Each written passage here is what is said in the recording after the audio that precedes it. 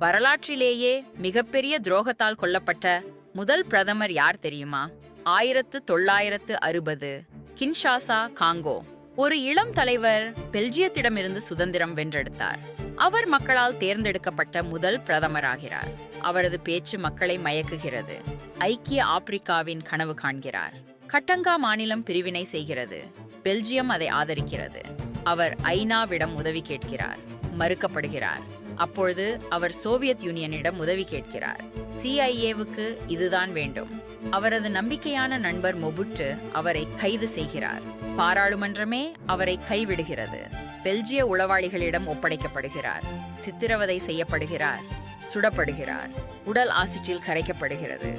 சுதந்திரத்திற்காக போராடி துரோகத்தால் கொல்லப்பட்டவர் பாட்ரிஸ் லுமும்பா.